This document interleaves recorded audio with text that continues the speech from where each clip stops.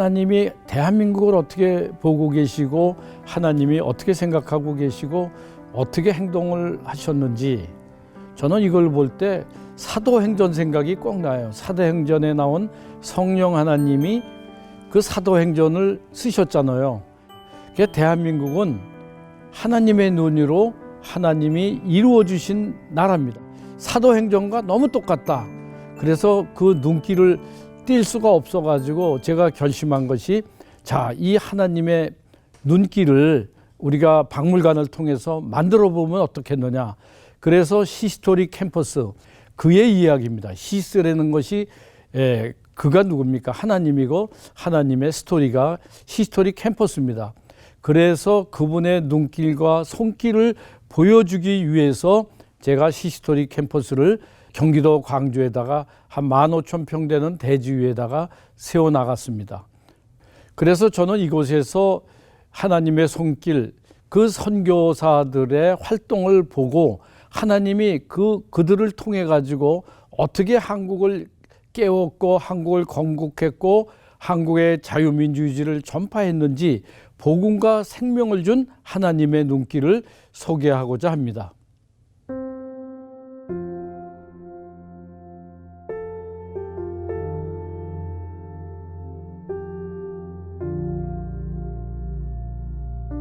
유나이티드 문화재단은 경기도 광주시에 히스토리 캠퍼스를 신축했습니다.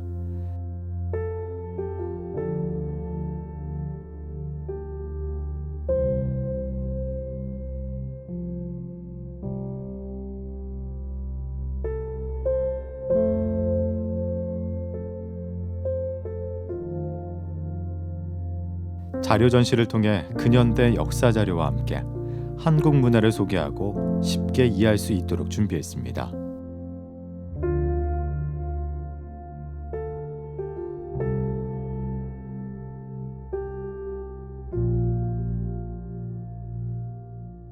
히스토리 뮤지엄은 빈곤했던 조선 말기부터 대한민국의 건국 그리고 현재까지 대한민국 근현대사를 한눈에 볼 수 있는 명소입니다.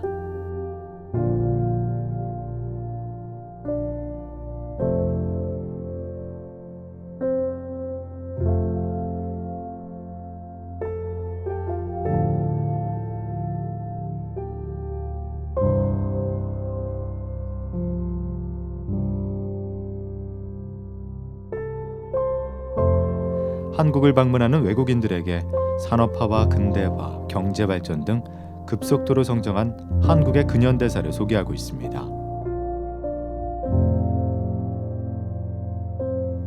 한국에 대해 좋은 인상을 가질 수 있도록 기여하는 것이 역사 자료 전시 사업의 중요한 목표입니다.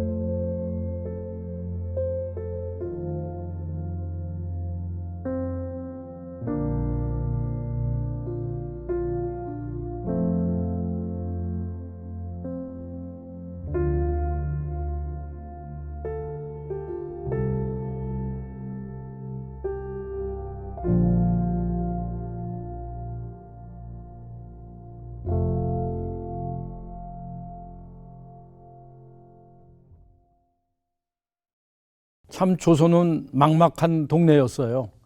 양반과 쌍놈으로 나눠가지고 양반이 아마 인구의 10% 정도밖에 안 됐던 것 같아요. 왜 그러냐면 양반 중에 여성들도 있었는데 인권이 너무나도 비참했던 여자를 포함한 농민, 노예 이런 것들이 조선의 구성 요원이었어요. 그래서 한 10% 정도만 글을 읽을 수 있고 행세할 수 있는 그런 비참한 나라가 바로 조선이었습니다. 또 진짜 중요한 것은 고종이라는 사람이 무당의 말을 듣고 조선을 통치를 했어요. 무당이 이렇게 하라면 저렇게 하고 저렇게 하라면 이렇게 하고 그 당시에 콜레라가 굉장히 유행을 했어요. 그래서 하루에 한 6천 명 정도가 사망을 했다고 그래요. 지금 우리 뭐 코로나는 유가 아니죠. 가마떼기에 둘둘 쌓여가지고 그냥 길거리에 던져준 시체가 너무 많았어요. 그리고 무당에 속은 국민들은 콜레라가 뭐 귀신이 들렸다고 그래가지고 귀신 잡는다고 소총을 쏴댔어요. 참으로 한심한 조선이었잖아요. 그리고 나병 환자가 2만 명이 넘었어요. 나병 환자, 콜레라 환자, 폐결핵 환자 그런 환자로 들끓고 있던 것이 조선 말기의 우리의 모습이었습니다. 또 한성의 길거리에는 사람들의 분뇨가 하도 많아가지고 선교사들이 걷는데 매우 무서워했다고 합니다. 이것이 그들의 일기에 나오고 있습니다. 굶어 죽는 자, 옷이 없어서 얼어 죽는 자, 배고파서 길거리를 헤매는 자가 너무 많은 숫자가 기록에 남아 있었습니다. 또한 조선은 쇄국 정책으로 해가지고 외국인이 들어오면은 외국인이 사람을 잡아먹는데요. 그런 괴담이 돌아가지고 선교사들이 바깥에 출입을 못하고 또 돌멩이로 맞았던 기억도 나오고 있습니다. 이렇게 미신과 가난과 무식이 통하는 조선 말기의 대한민국, 또 더 나가서 너일 정쟁과 청일 전쟁으로 인해 가지고 전쟁터가 되어 있었습니다. 그래서 우리나라는 보재기가 발달이 됐어요. 왜? 빨리 주워 담아가지고 피난 가려고 그랬죠. 이렇게 보재기가 발달한 나라, 참으로 이런 나라가 조선 말기에 우리의 모습이었습니다. 참 이런 나라에 하나님의 눈길은 따뜻하고 그 손길은 부드러웠습니다. 그래서 하나님이 예배하고 계신 것을 보여주시는 것을 한번 여러분들한테 소개하려고 합니다. 조선이 풍전등화에 아주 위기에 살고 있을 때 누가 이 빛을 밝힐 것인가? 그래서 은둔의 나라에서 열강의 각축장으로 된 이 나라, 이 조선인들을 빛을 비춰줄 선교사님들이 이 땅에 들어오게 됩니다. 최초의 푸른 눈에 선교사가 들어오셨습니다. 보령의 한 섬에 도착한 규질라프 선교사께서 들어오셔가지고 머무르시면서 고대도라는 도시에 제일 먼저 안착을 하셨죠. 그래서 한 달 정도 머물면서 한문 성경과 전도에 노력을 했습니다. 그래서 구질라프 선교사가 한국에 주기도문을 한글로 번역해서 주기도 했고, 이렇게 해서 구질라프 선교사가 최초의 한국에 들어온 선교사였습니다. 구질라프가 돌아간 지 한 33년 후에 토마스 선교사라는 분이 들어오셨어요. 제너럴 셔먼호를 타고 대동강에 도착을 했는데 대원군의 쇄국 정책으로 해가지고 그 배가 산산토각이 났어요. 그런데 이 토마스 선교사님은 맨 끝에 배가 가라앉아도 성경을 껴안고 있다가 죽을 직전까지 가서 자기가 갖고 온 중국 성경을, 신약 성경이죠, 이걸 강변에 있는 사람들에 나눠줬어요. 그리고 이 선교가 시가 돼서 이 선교사가 뿌려준 그 성경책이 우리한테 나중에 아주 큰 역할을 하게 됩니다. 중국에서 선교사라고 있던 노스 선교사라는 분이 계셨어요. 토마스 선교사의 순교 소식을 듣고 이 노스 선교사님이 야, 나는 이제 한국 가서 선교해야겠다, 조선 가서 선교해야 되겠다. 그래가지고 이응찬이라는 분한테 돈을 내가면서 한국어를 배우기 시작하고 성경책을 만들게 됩니다. 이렇게 해서 로스 선교사가 또 최초로 성경을 만들게 되는데, 이응찬이라는 분이 한경도 사투리를 들이써요. 표준어가 아니에요. 그렇지만은 성경이 번역이 돼가지고 매서인이라고 그러죠. 이제 이런 분들이 팔로 다닙니다. 그래서 교회가 선교사가 들어오기 전에 대한민국에 이미 교회가 세워져 있는 겁니다. 교회가 세워진 것이 이 복음서 때문에 그래요. 로스 선교사님이 번역한 이 성경이 이걸 읽고 사람들이 교회를 세웠어요. 그래서 선교사가 정식으로 파견되기 전에 이 땅에는 이미 교회가 세워졌어요. 그런 나라가 세계에서 아무데도 없다고 그럽니다. 우리가 잊어서는 안 되는 인물이 있습니다. 조선인 이수종이라는 분이 있어요. 이 이수종이라는 분은 어떤 분이냐면 지금으로 따지면 문교부 한 국장 정도 되는 분인데 워낙 똑똑하고 이 한학에 실력이 있어갖고 국비장학생으로 일본에다가 유학을 보냈어요. 근데 그분이 가가지고 기독교 교인이 됐어요. 성경책을 보니까 이건 뭐 예수 안 믿으면 안 되겠다. 특별히 이분이 놀란 것은 팔복에 대한 설명, 유교나 불교에서 도저히 나오지도 않은 팔복에 대한 개념을 보고 아, 나 예수 믿어야 되겠다 그래가지고 이 사람이 예수를 믿게 됩니다. 성경책도 한글 번역을 하게 됩니다. 중요한 것은 미국에다가 편지를 보내게 됩니다. 그 당시 미국은 한국을 선교의 불모지로 인정했어. 왜 그러냐면 가면 죽이니까. 그래서 위험한 지역으로 해가지고 선교사 파송을 안 했어요. 그런데 이수종 씨가 야, 우리나라 선교사 보내주세요. 우리가 하나님 믿겠습니다. 그러고 막 편지를 보내게 됩니다. 이 편지를 받아서 이 내용을 가지고 언더우드 선교사를 조선에 파견하게 되는 그러한 일을 겪게 됩니다. 또 하나님의 논의로 또 역사가 일어납니다. 시카고하고 뉴욕 간에 기차가 있는데 그 안에 이상한 갓을 쓰고 뭐 이상한 사람들이 기차에 타게 됩니다. 그때 가우초 목사님이, 감리교 목사님이죠. 이 조선 사절단을 보게 됩니다. 아주 이상하죠. 갓을 쓰고 옷은 참 더러워졌겠죠. 원래 그때 우리나라가 이빨을 안 닦았대요. 냄새가 몸에서도 나고 입에서도 펄펄 나고 그런 사람들이 옆에 앉은 거예요. 보니까는 사절단이라고 그래서 왔는데 이게 도대체 누구냐? 그렇게 해서 보니까는 조선이라는 나라 사절단이에요. 그래서 이 사람이 가우초 선교사님이 마음을 먹게 됩니다. 야, 북감리교에다가 해외 선교부에다가 2,000달러를 주고 조선 선교를 하게 해달라. 이렇게 해서 선교사가 오게 됩니다. 하나님이 그렇게 역사를 하십니다. 가우초 선교사는 신학교 교장이면서 목사였으면서 대학교 총장인 부자였어요. 이제 감리교를 움직여서 감리교 선교사를 한국에 파송하게 됩니다. 이것이 선교사를 파송하게 된 그런 동기입니다. 아펜셀러 선교사, 언더우드 선교사가 최초로 조선 땅을 밟게 되는 역사적인 사건이 일어나게 됩니다.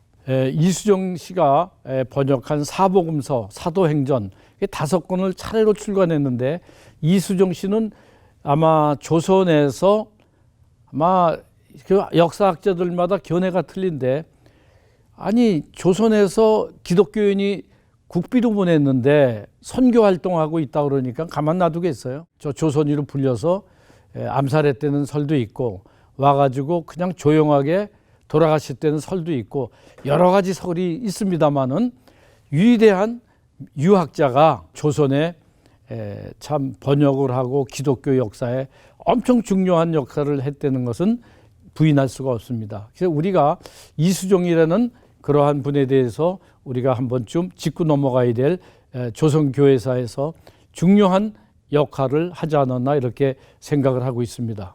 그래서 조선인 스스로 만든 성경을 가지고 우리가 선교사가 들어오기 전에 이미 교회가 있었고 믿는 사람이 있었던 것이 세계적으로 처음이라고 그럽니다. 중국에서도 그런 일이 없었고 인도도 그런 일이 없었는데 한국만이 우리가 스스로 만든 성경을 가지고 우리가 교회를 세웠고 선교사를 받아들였다는 겁니다.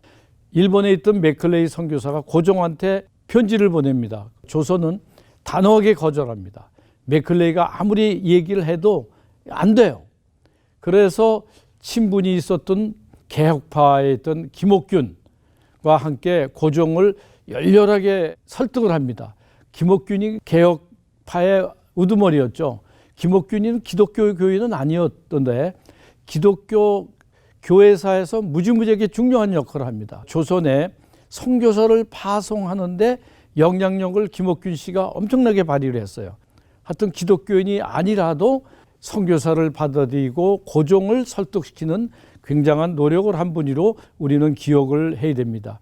이때 하여튼 직접적으로 복음을 전하는 것은 안 되고 교육 사업은 허락해 주고 의료 사업만 허락해 준다고 고종이 얘기를 했어요. 그 계기가 어떻게 됐냐면은 민영익이라는 사람이 있어요. 아마 고종의 신임을 엄청 받고 있던 아마 처남쯤 안 됐나 이렇게 생각을 하는데 아주 적극적인 그 신임을 받고 있던 민영익이를 상처를 엄청나게 받았어. 다 죽어가는 사람을 누가 살려줬냐면 알렌이라는 선교사가 치료를 열심히 해줘가지고 살려줬어요. 그러니까 얼마나 참 고마워요, 고종으로 봐서. 그 상태에서 맥클레이가 계속 요구를 하고 고종이 좋다. 그러면은 입국을 허용하는데 다만 의료사업과 교육사업만 하고 선교는 절대로 하면 안 된다. 이렇게 했습니다. 그게 고종의 처남이 민영익이었던 모양이에요. 그러니까 뭐 사촌 정도 됐는지 사촌 처남인지 뭐 가까웠던 것 같아요. 그래서 급진 개혁파의 습격을 받아서 다쳤지만은 알렌이 고쳐줬죠. 그래서 정성껏 치료해 준 효과가 선교사를 입국을 허용하는 쪽으로 가게 됩니다. 이것이 최초의 대한제국이 선교사를 받아들이는 계기가 됐습니다.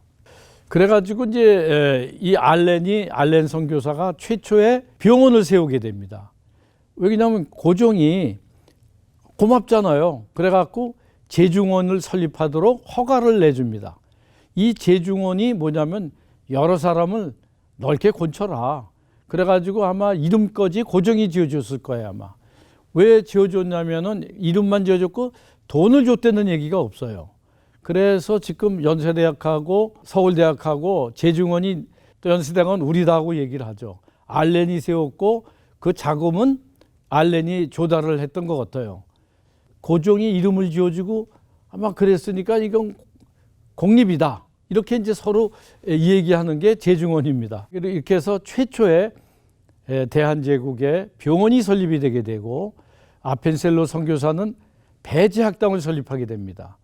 배제학당을 설립해가지고 이승만, 서재필, 대한민국의 아주 쟁쟁한 기독교인들, 정치가들을 길러내게 되고 독립협회를 만들고 독립신문을 만들게 되는 독립운동의 근원지를 세우게 됩니다. 그 다음에 스크랜턴 선교사는 이화여자대학을 설립하게 됩니다. 그 다음에 언더우드 선교사는 언더우드 고학원을 세워서 지금의 경신고등학교를 세우게 되죠. 이렇게 돼가지고 대한민국의 중등 교육기관이 이제 막 생기게 되고 교회가 생기게 됩니다. 그 다음에 노제타 호레 선교사는 맹아학교를 설립하게 됩니다. 이렇게 해가지고 대한민국의 맹아학교, 고아원, 여성운동 뭐 이런 것들이 일어나게 됩니다. 그래서 이승만, 김구, 안창호 등 수많은 인재를 기독교인들이 길러지게 됩니다. 히스토리 캠퍼스는 이러한 자세한 내용들을 영상으로 또는 문헌위로 정리를 한번 해서 많은 사람들에게 하나님의 눈을 통한 대한민국을 보여주고 싶었습니다. 그래서 잘 지었는데 많은 사람들한테 도움이 됐으면 좋겠습니다. 하나님의 눈으로 본 대한민국을 참 여러분들 기적이라고 생각을 해야 됩니다. 조선시대에 너무너무 힘들었던 대한민국을 그때 하나 여명의 빛을 비춰주셔서 이 땅에 선교사들을 보내주셨습니다. 그래서 그들의 손으로 교육기관이 생겨나고 의료원이 생겨나고 우리의 글자가 생겨납니다. 그때까지는 한글이 언문이라고 그래가지고 문법이나 이런 것이 안 맞았어요. 근데 성경을 만들면서 문법이나 이런 걸 만들게 됐고, 그래서 하나님이 보시는 눈은 대한민국을 자기의 백성으로 만들고 싶었던 겁니다. 그래서 하나님이 대한민국의 모든 문명을 기독교 문명으로 다 바꿔주시고, 그분이 길러낸 이승만, 김구, 뭐 안창호, 서재필 뭐 이런 분들을 통해서 대한민국을 건국했고, 초대 국회 때 기도로 시작한 나라가 바로 대한민국입니다. 그분들을 통해서 길러진 인재들이 자유민주주의를 만들었고 대한민국을 자유민주주의 헌법으로 만들었고 오늘의 경제 부국을 이루게 한 기초를 세워주신 분이 하나님입니다. 그래서 대한민국은 하나님이 세우셨고 하나님이 지키셨고 하나님이 앞으로도 자기의 백성으로서 하나님의 사명을 다할 수 있는 나라가 될 것이라고 저는 생각을 하고 있습니다. 우리 애국가에도 하나님이 보호하사 우리나라 만세라는 얘기가 있습니다. 그 다음에 무궁화꽃, 이 무궁화꽃이 바로 예수님을 상징합니다. 어떻게 예수님을 상징하는 무궁화꽃이 우리의 국화가 될 수 있겠습니까? 어떻게 애국가 속에 하나님이 보호하사 우리나라 만세라는 그러한 일이 있을 수가 있겠습니까? 하나님의 손위로 세우신 나라, 하나님이 지켜주실 겁니다. 우리가 지금 힘들고 어렵지만은 반드시 하나님이 지켜주시고 하나님의 뜻에 의해 가지고 우리가 이 난국을 이겨나가리라고 저는 확신을 하고 있습니다. 대한민국 만세입니다. 하나님이 지켜주시는 대한민국, 우리가 하나님 배반하지 맙시다. 하나님을 배반하지 않으면 하나님이 지켜주시고 우리를 이끌어 주실 것을 확신하고 있습니다. 대단히 감사합니다.